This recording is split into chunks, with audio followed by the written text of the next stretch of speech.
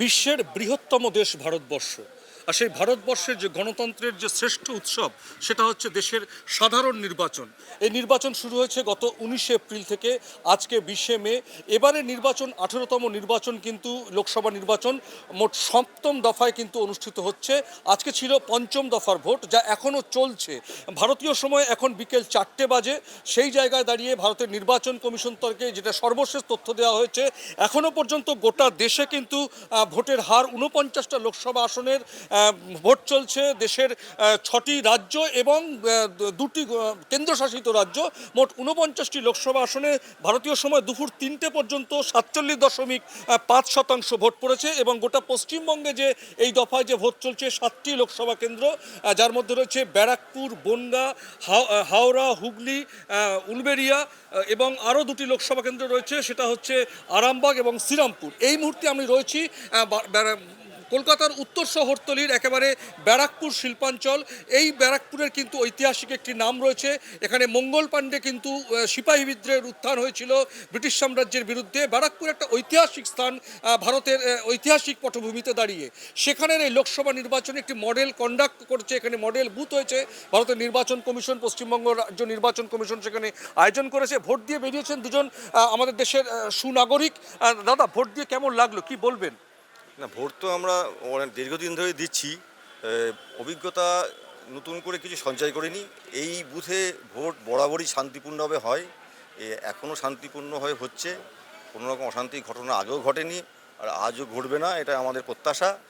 এবং সত্যি সত্যি এখানকার যারা নাগরিক আছে তাদের কাছেও আমি জিজ্ঞাসা করবেন, তারাও একই কথা বলবে। এই বুথে অন্তত কখনো কোনো অশান্তি জীবনে হয়নি, হ্যাঁ, আজও হবে না। ভোট শান্তিপূর্ণভাবেই হবে। একটা কথা বলি যে 18তম লোকসভা নির্বাচনের ফলাফল জানা যাবে কিন্তু 4 জুন।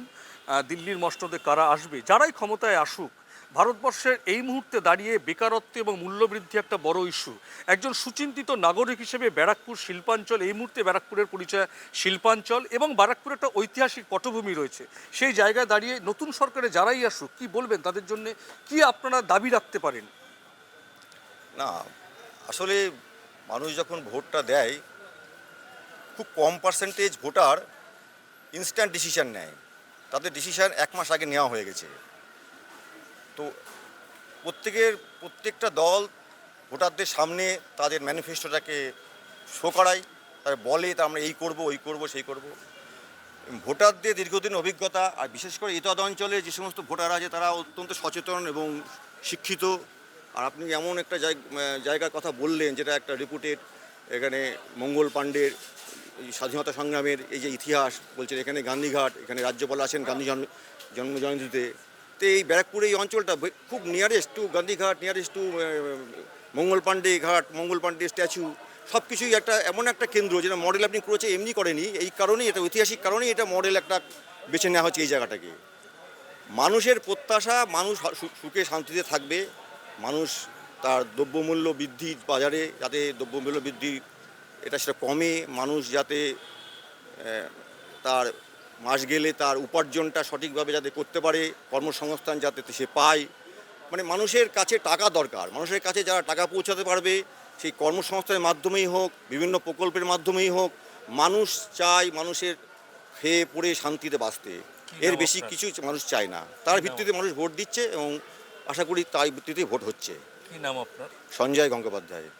ম্যাডাম, আমাদের রাজ্যের একজন মুখ্যমন্ত্রী একজন মহিলা হিসেবে এই যে লোকসভা নির্বাচনে ভোটাধিকার প্রয়োগ করলেন, স্বয়ং সুচিন্তিত নাগরিক হিসেবে কি আশা করবেন, যারাই ক্ষমতায় আসুক কি আশা করবেন?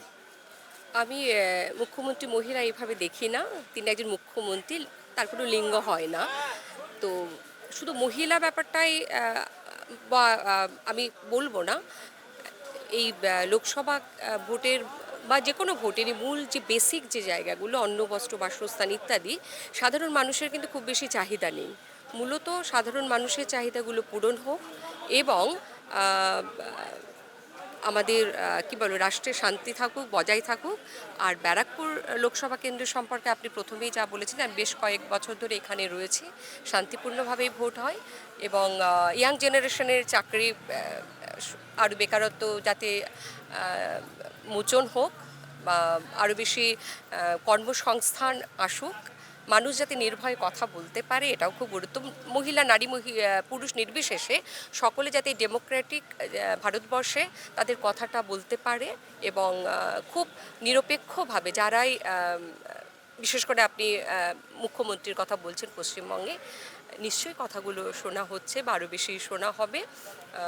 তো আমরা ব্যক্তিগতভাবে আমি একজন মহিলা এবং কর্মজীবী মানুষ হিসেবে বলতে পারি সিসিএল চাইল্ড কেয়ার লিভ আমরা আমি কেন প্রায় সকলেই খুব কম বেশি পাচ্ছে, কারণ আমার মনে হয় চাইল্ড কেয়ার লিভ ভীষণ গুরুত্বপূর্ণ। কারণ একজন মা বা যেই অভিভাবকের একজন সুনাগরিক গড়ে তোলার জন্য যে সাহচর্য তার প্রয়োজন হয় বিশেষ বিশেষ সময়ে, এটাও খুব গুরুত্বপূর্ণভাবে সরকার দিয়েছেন। আরও বেশ কিছু করেছেন, আমি আপনারা সকলেই জানেন।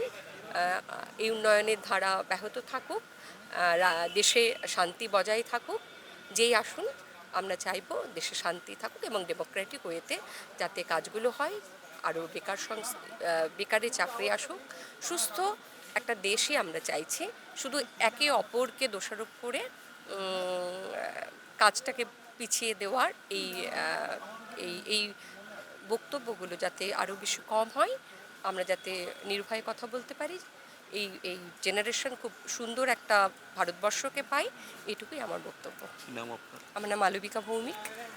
আমরা শুনলাম দুজন সুচিন্তিত নাগরিক, একজন পুরুষ এবং মহিলা। মালবিকা ভৌমিক, দাদা বললেন, দাদার আপনার নামটা? সঞ্জয় গঙ্গোপাধ্যায়। দুজনের বক্তব্য শুনলাম যে ভারতের সাধারণ নির্বাচন যে কারণেই হোক না কেন দেশের গণতন্ত্রের উৎসবে তারা সামিল হয়েছেন। একটা সুচিন্তিত সরকার আসুক, তারা মানুষের ভালো করুক, তারা কিন্তু সেটাই চাইছে। আমি আমি আমি একজন এগিয়ে যাব। ম্যাডাম, ভোট দিয়ে বেরোলেন, কেমন লাগছে যদি দু একটা কথা বলেন? ভালো লাগছে। নতুন সরকারে যারাই আসুক হ্যাঁ। কি বার্তা দেবেন, মানে সরকারের কাছে কি দাবি করবেন এই মুহূর্তে? আজকে প্রধানমন্ত্রী নরেন্দ্র মোদী এবং আজকে নিয়ে 5টা দফায় ভোট হচ্ছে, প্রত্যেকবারই কিন্তু উনি সকালবেলা এক্সেন্ডেলে জানিয়েছেন যুব সম্প্রদায় এবং মহিলাদেরকে এই গণতন্ত্রের উৎসবে সামিল হতে। সেই জায়গায় ভোট দিয়ে বেরোলেন, আপনার নিশ্চয়ই একটা ভালো প্রতীক উপলব্ধি আছে।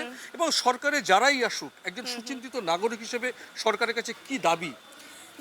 যে ডেফিনেটলি করাপশন ফ্রি হোক, প্লাস আমাদের নারীদের জন্য যেন প্রপার একটা সিকিউরিটি, কারণ আমরা সবাই ওয়ার্কিং, আমরা অনেকেই রাত্রির বেলা করে বাড়ি ফিরি, অনেক প্রবলেমস হয়, যাতে এই প্রবলেমস থেকে আমরা ঠিকমতো সুরক্ষা পাই। বিকজ যদি সাধারণ জনগণ যদি আমাদের সহযোগী সহপাঠক মানে সঙ্গে যারা আছে যে মেন্স যারা, তারাই যদি আমাদের সাপোর্ট করে তারা খুব ভালো হয়। আর এটাই চাই, করাপশন ফ্রি কান্ট্রি, আর ভালো কাজ, সবাই কাজ পাক, ভালো পড়াশোনা করুক, ভালো এগিয়ে যাক, এটাই চাই। একজন